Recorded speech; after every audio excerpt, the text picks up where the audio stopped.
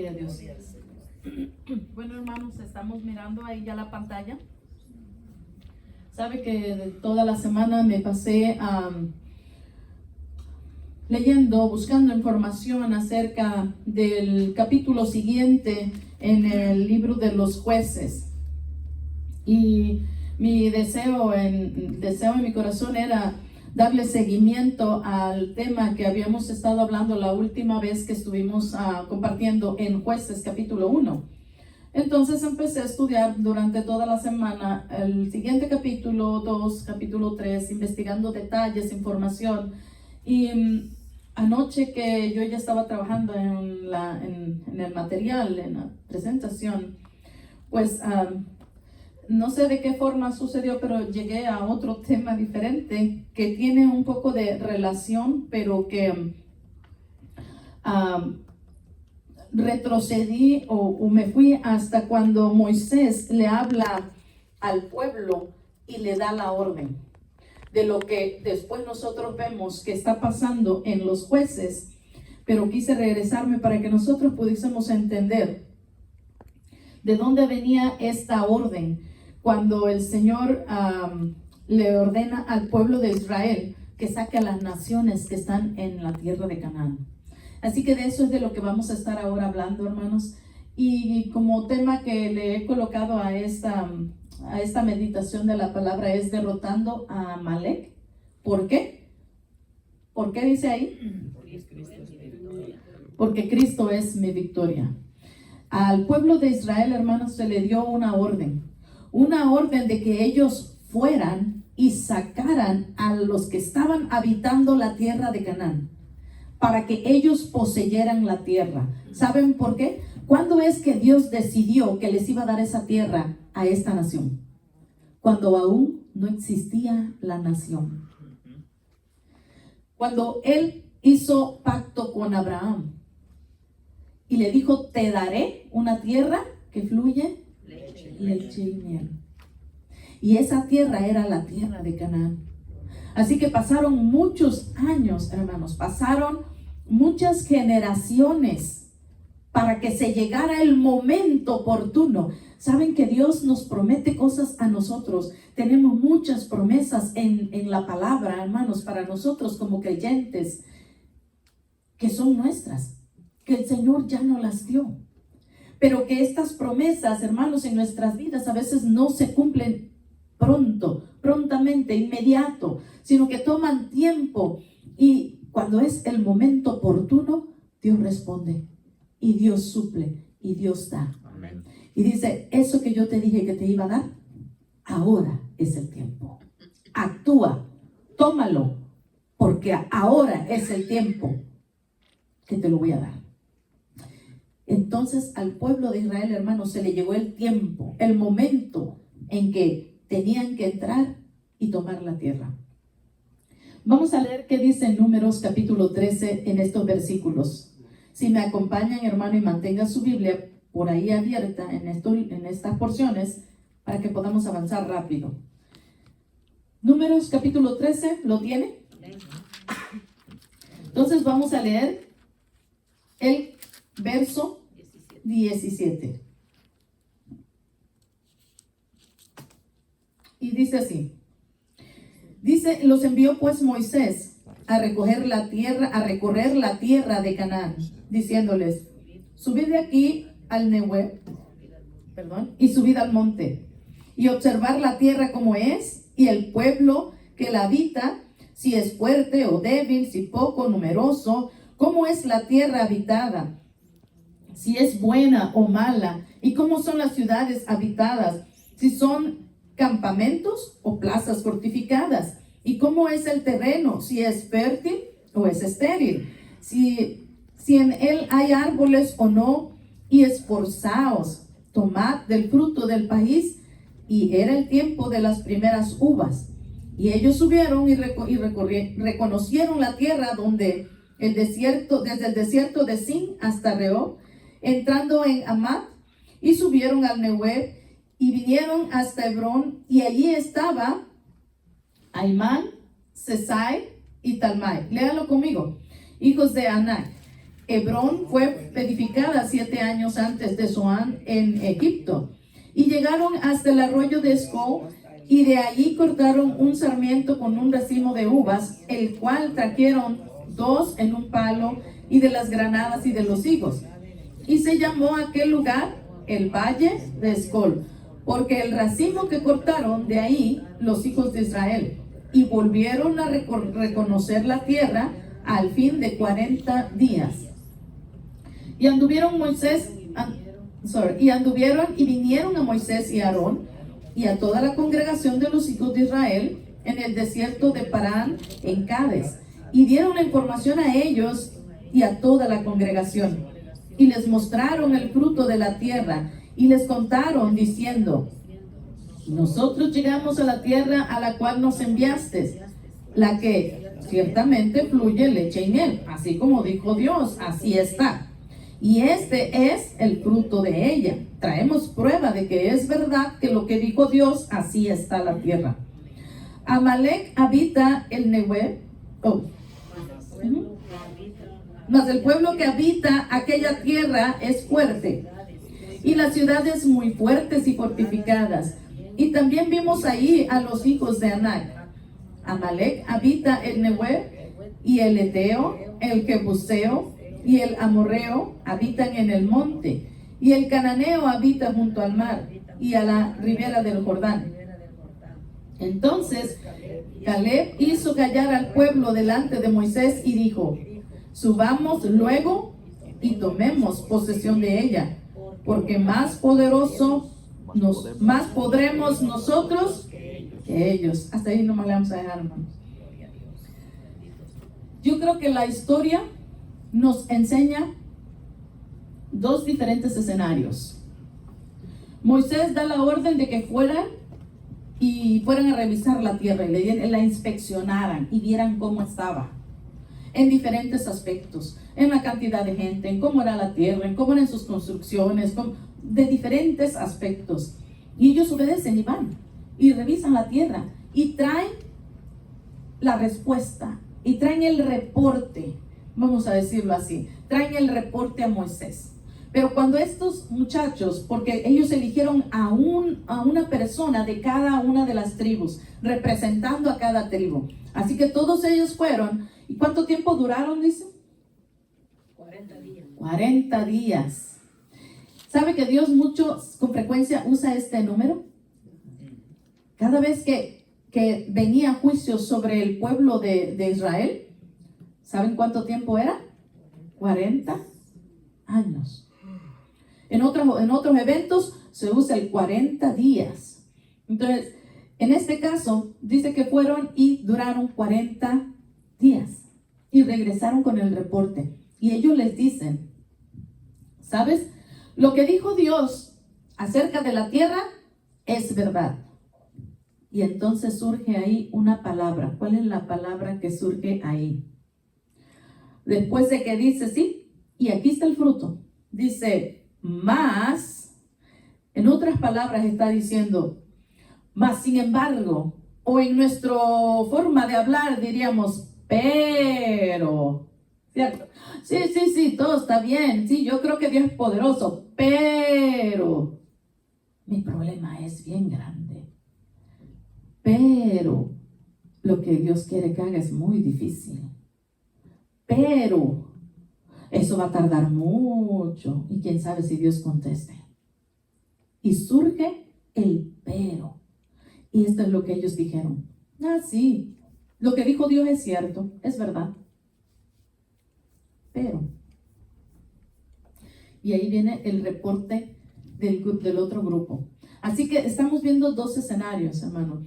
Todos ellos dijeron que sí, la tierra era buena, pero que las ciudades eran fortificadas.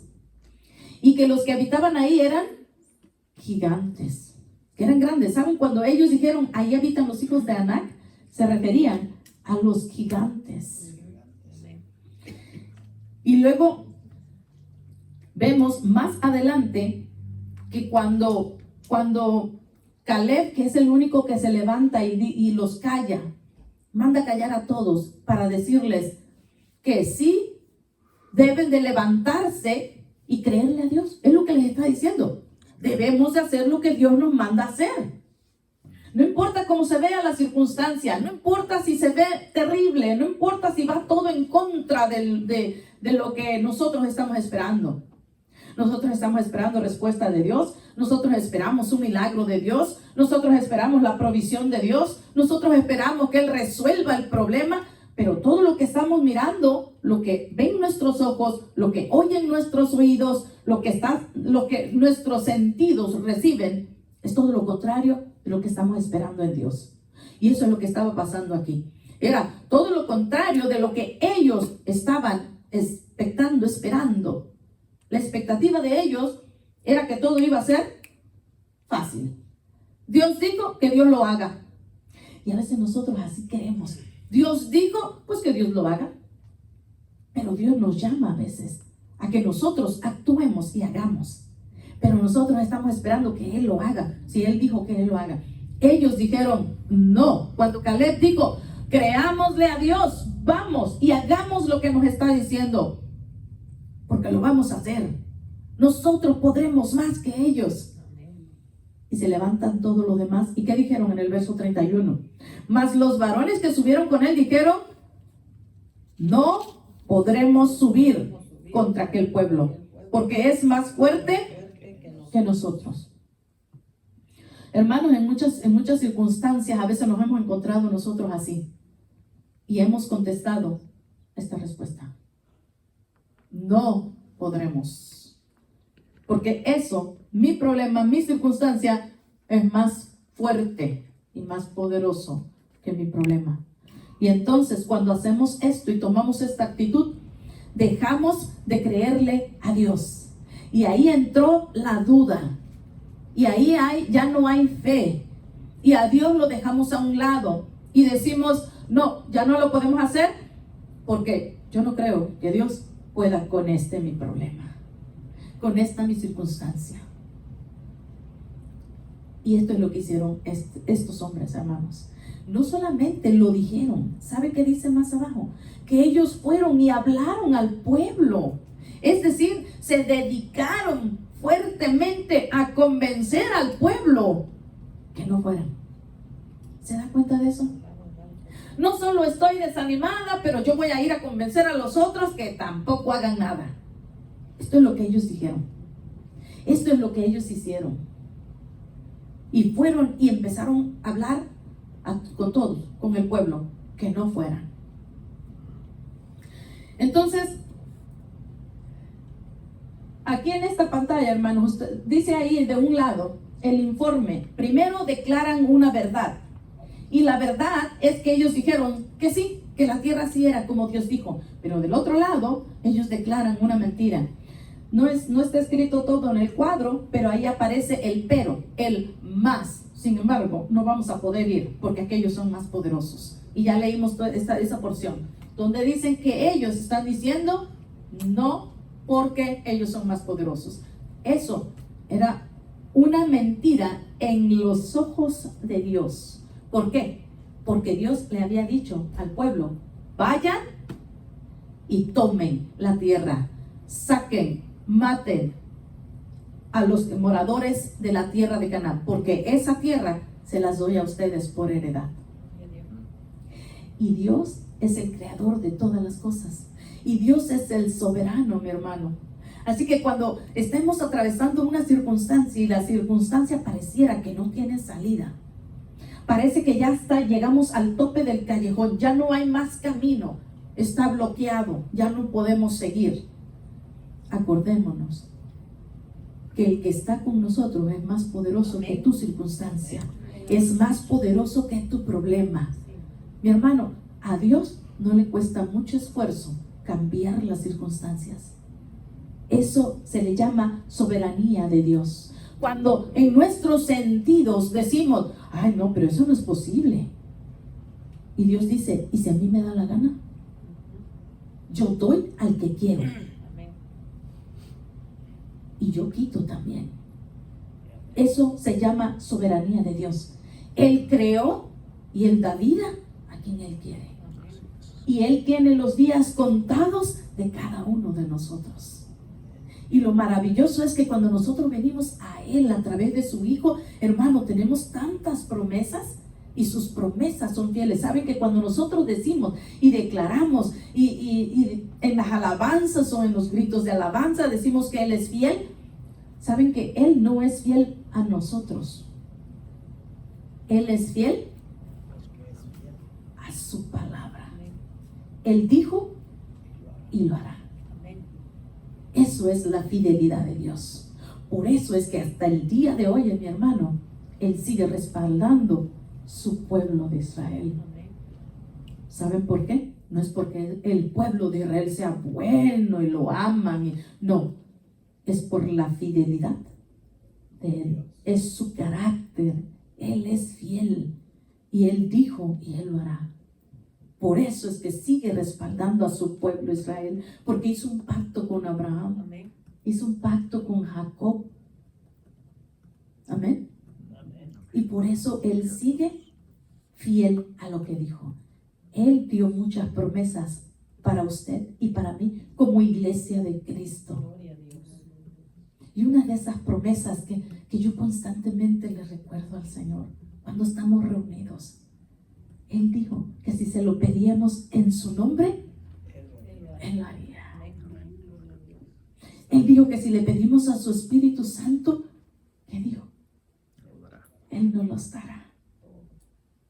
Y cuando pienso en esas promesas, mi hermano, yo le digo a Él, tú eres fiel, Señor.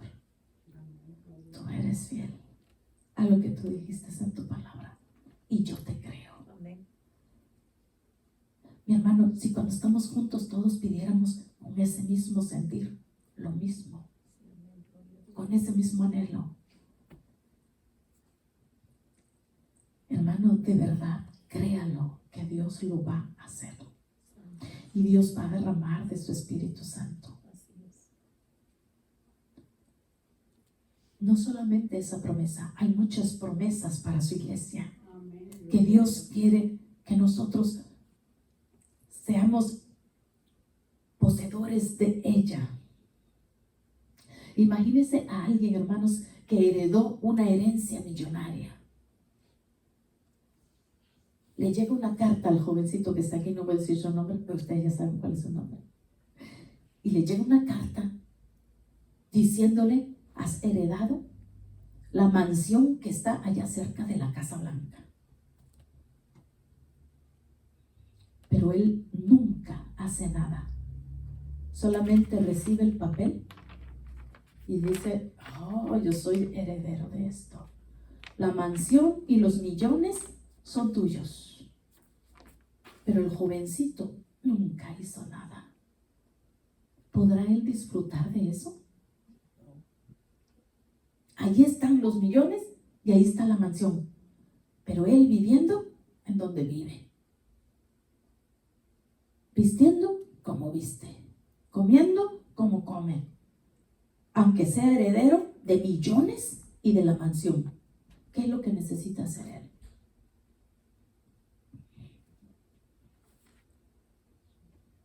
Tomar acción y ser acreedor de ello.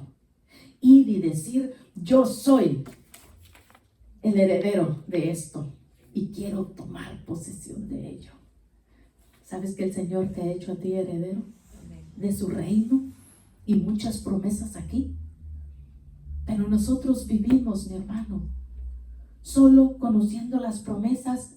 Ah, sí, parece que sí, yo soy heredero de eso, pero no nos hacemos acreedores de ellas. Y a veces yo quisiera, yo le digo al Señor, mi hermano, Señor, tú dijiste que esto era para tu iglesia. Y nosotros somos tu iglesia. Y tú dijiste que derramarías de tu espíritu sobre toda carne. Y que tu iglesia sería investida con tu poder, con un propósito. Estuvimos aprendiendo de ello. ¿Con cuál propósito? ¿Cuál era el propósito? De ser testigos de Él, mi hermano. El Señor quiere que nosotros seamos poseedores de esa herencia y de esas promesas que Él nos ha escrito aquí. En esto, mi hermano, ellos no quisieron ser acreedores de ello. Y dijeron, no, nosotros no queremos eso. No vamos a ir. Solo con ver cómo está la situación, no queremos ni siquiera intentarlo. Mi hermano, no te quedes en esa plataforma, no te quedes en ese escenario como este grupo diciendo no, porque es difícil, no queremos ir porque no, ellos son más fuertes que nosotros, va a ser difícil, mejor ni lo intentemos. No te quedes ahí, mi hermano.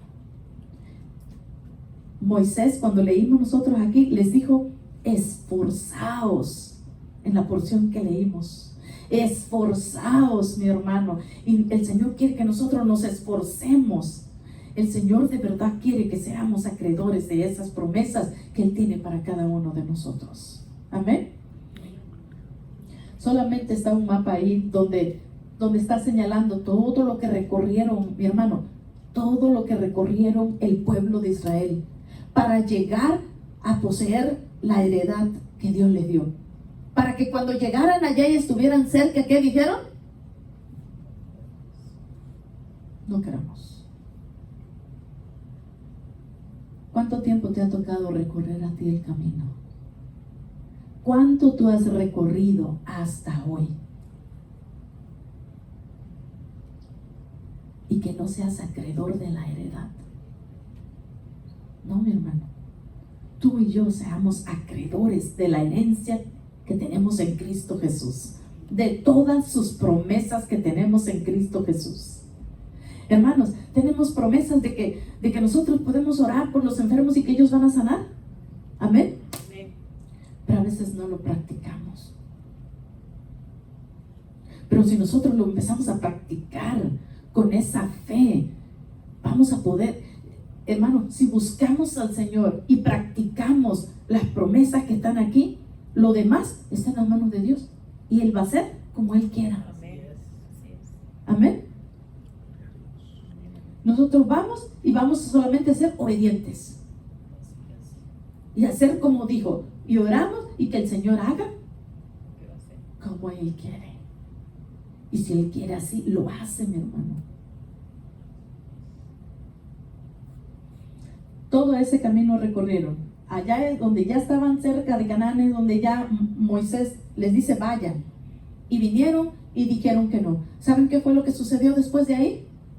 Se quedaron por 40 años dando vuelta en el desierto. ¿Por qué? Porque ellos dijeron no podemos, no. Y convencieron al pueblo que no fuera. Solamente uno estaba decidido. Uno contestó. De hecho fueron dos, porque fue Caleb y fue Josué. Caleb y Josué. Los únicos de toda esa generación, mi hermanos, que pudieron entrar a poseer la herencia. Mi hermano, ¿de cuál grupo tú y yo somos? ¿De los que decimos no porque es difícil? ¿O de los que decimos me voy a esforzar porque mi victoria está en Cristo Jesús? Amén. Y que nos esforcemos por ser poseedores de estas promesas que tenemos para nosotros. Cristo ya viene pronto y nosotros no podemos vivir como hijos del Rey de Reyes con todas estas promesas maravillosas. Qué hermoso es cuando alabamos al Señor y el Señor se empieza a mover y su presencia está ahí. Y no quisiéramos que se acabe ese momento. Es maravilloso, hermanos. Es maravilloso. Dios es real. Dios es poderoso. Y Dios habla a nuestro corazón diciendo, quiero habitar en ti, quiero llenarte de mi espíritu, quiero usarte como mi vasija. Quiero hacer muchas cosas en tu vida. Pero cuando vemos que es difícil, no, esto es difícil. El Señor le dijo a Moisés que le dijera a su pueblo que se esforzara Y hoy esa palabra es para nosotros. Esforzaos, hermanos. Esforcémonos para que nosotros podamos vivir eso que el Señor tiene para su iglesia, como creyente, como hijo de Dios, herederos en Cristo Jesús. Amén. No se preocupen que estoy cuidando el reloj. En esta pantalla, mi hermano, yo quiero que ustedes vean algo, porque aquí es donde apenas voy a entrar al tema. ¿Cómo se llamaba el tema? ¿Destruyendo a quién? Amalek, porque mi victoria está en Cristo. El cuadro que usted ve allá es la tierra de Canaán con las naciones que estaban antes de que el pueblo de Israel decidiera ir y pelear por la heredad. Están ahí y lo leímos hace un momento, y en lo que leímos todos esos pueblos que están ahí. Dice que ahí habitaba Amalek. ¿En dónde? En el Negev. ¿Negev? ¿Cómo se pronuncia? Así como dice que se pronuncia, ahí está. Y luego estaban también los amorreos, los eteos, los hititas, los jebuseos. Todos esos habitaban la tierra. Y cuando ellos fueron allá, se encontraron a todos esos. Por eso dijeron que no querían ir. Este de acá es cuando ya entró Josué con ellos y los metió a la tierra prometida. ¿Se acuerdan de la historia cuando entraron la primera nación después de cruzar la ciudad? Después de cruzar el río Jordán. ¿Cuál fue? ¿Cuál fue la primera ciudad que conquistaron? Jericó. La historia aquella de que dieron vueltas a las murallas y las murallas cayeron. Mi hermano, son obras maravillosas, extraordinarias de Dios. Cuando el Señor les manda entonces que vayan, el primero que está ahí es Amalek, que habita ¿en dónde? ¿Negev? Enséñeme por favor. En el Negev. Ok. O Negev. Yo digo que es Negev porque lleva una U y una E. ¿Okay? Lo vamos a dejar así, ¿está bien? El Negev. Entonces, la promesa de victoria. Vamos a Deuteronomio 31. Yo no quiero ir a la carrera porque no quiero que nos quedemos como sin entenderlo muy bien. Yo quiero que todos lo entendamos. Aunque nos quedemos ahí y lo terminemos después. Dice Deuteronomio capítulo 31, verso 3. ¿Lo tiene?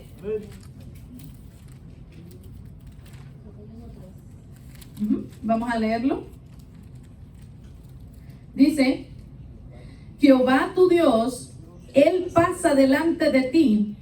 Él destruirá a estas naciones delante de ti y las heredarás. Josué será el que pasará delante de ti, como Jehová ha dicho. Y hará Jehová con ellos como hizo con Sehón y con Og, reyes de los amorreos, y con su tierra a quienes destruyó. Y los entregará Jehová delante de vosotros, y haréis con ellos conforme a todo lo que os he mandado. ¿Qué más dice? Esforzaos y cobrad ánimo. No temáis, ni tengáis miedo de ellos, porque Jehová tu Dios es el que va contigo. No te dejará, ni te desamparará. ¿Se da cuenta la promesa de Dios?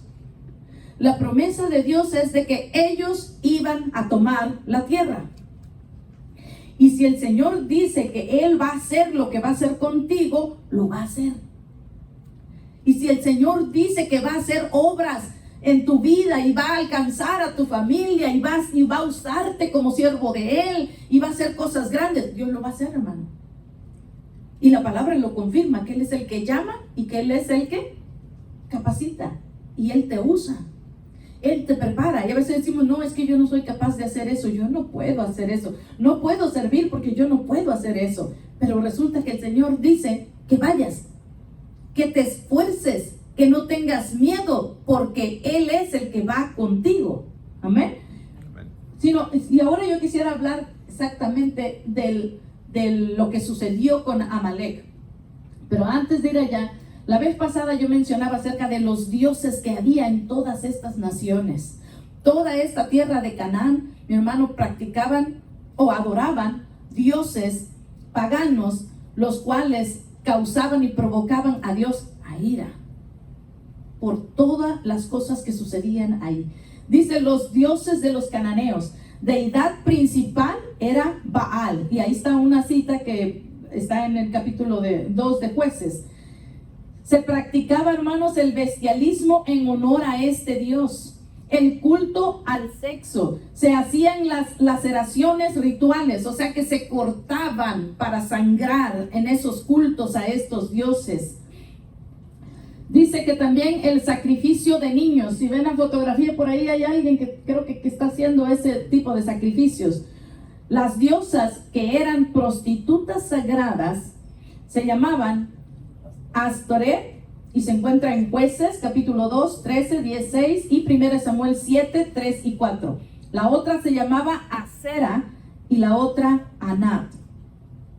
Se dice que la diosa Anat realizó una gran matanza y luego se adornó con las cabezas de los muertos y colgó en su cinto las manos de estos, mientras se bañaba gozosamente en su sangre. Su adoración, al parecer, siempre incluía, oiga bien, estas cosas que los destacaban, incluía la prostitución en los templos.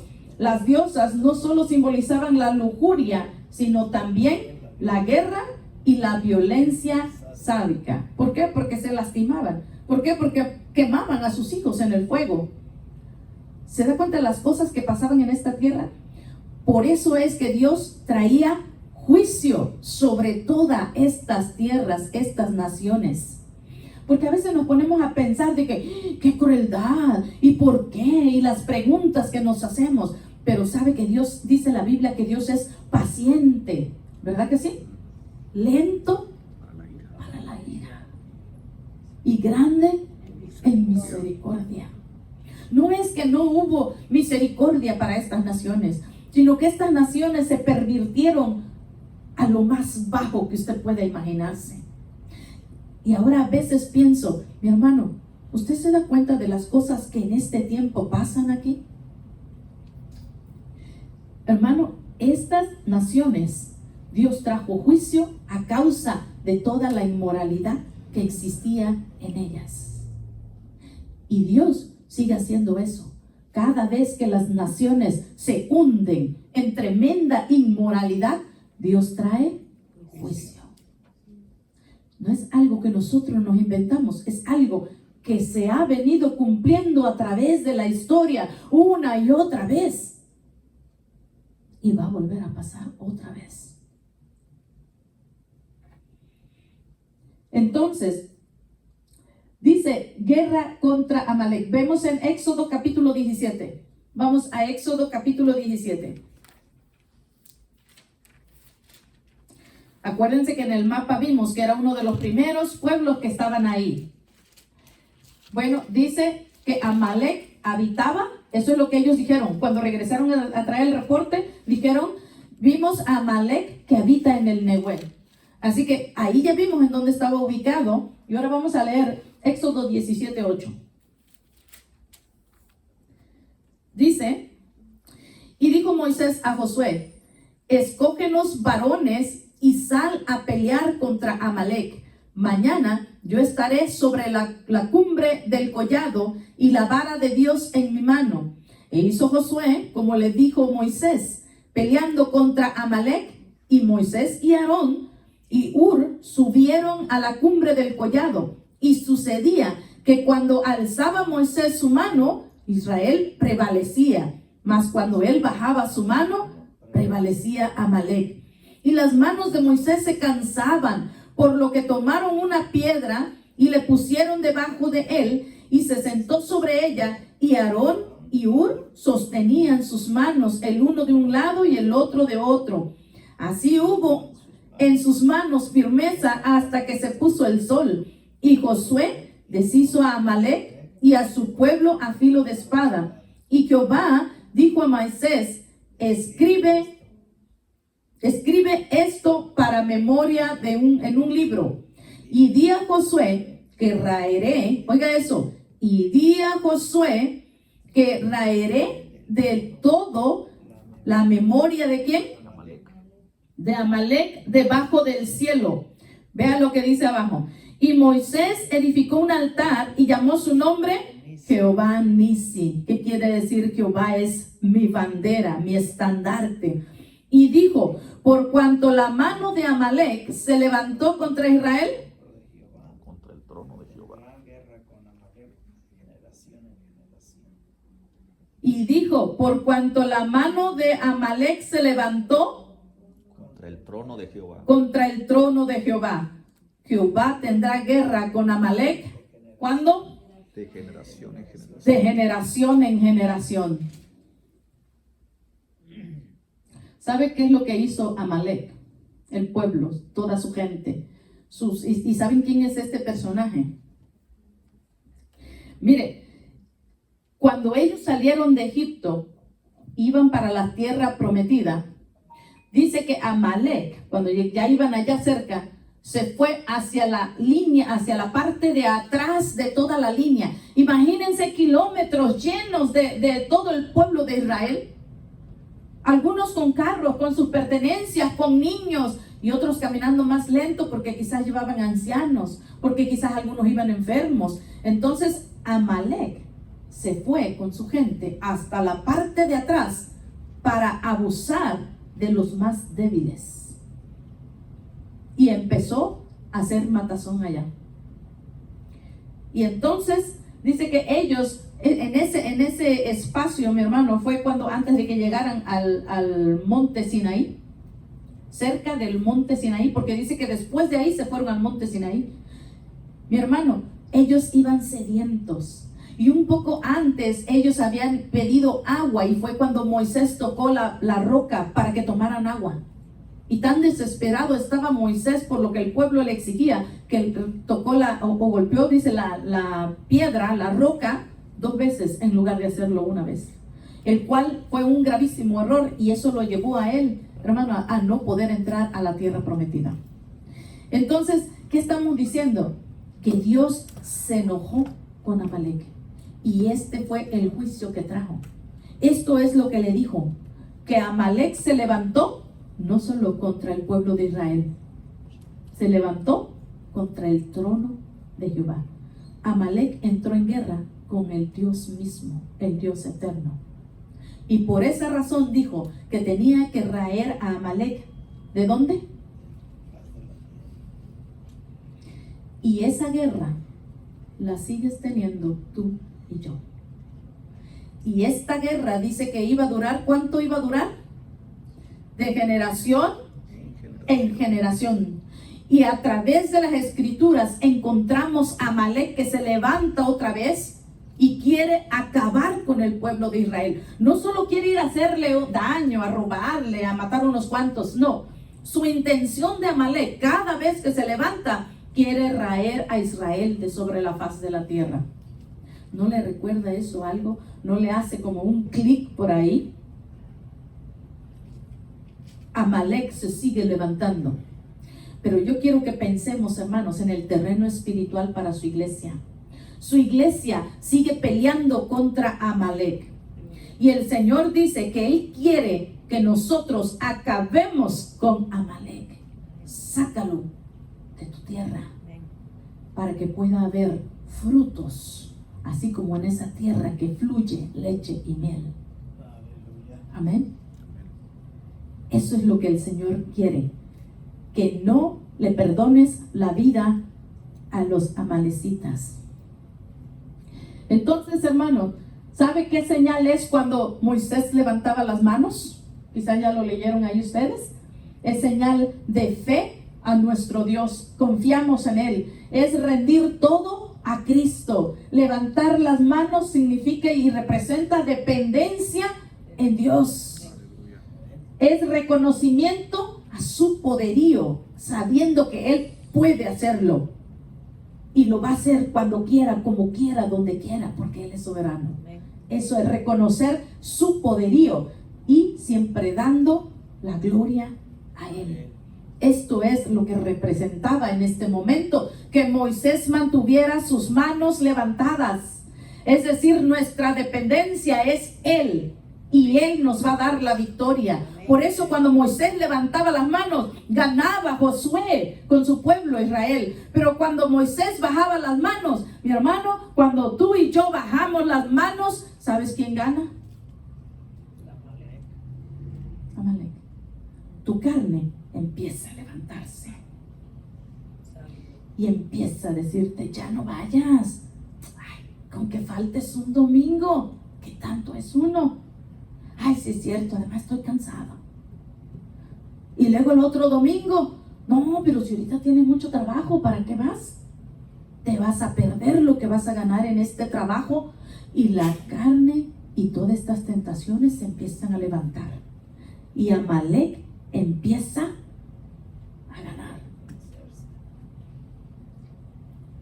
Por eso es que debemos de mantenernos siempre levantando las manos, dando reconocimiento que tenemos victoria en Cristo Jesús. Que dijimos que debemos de derrotar a Amalek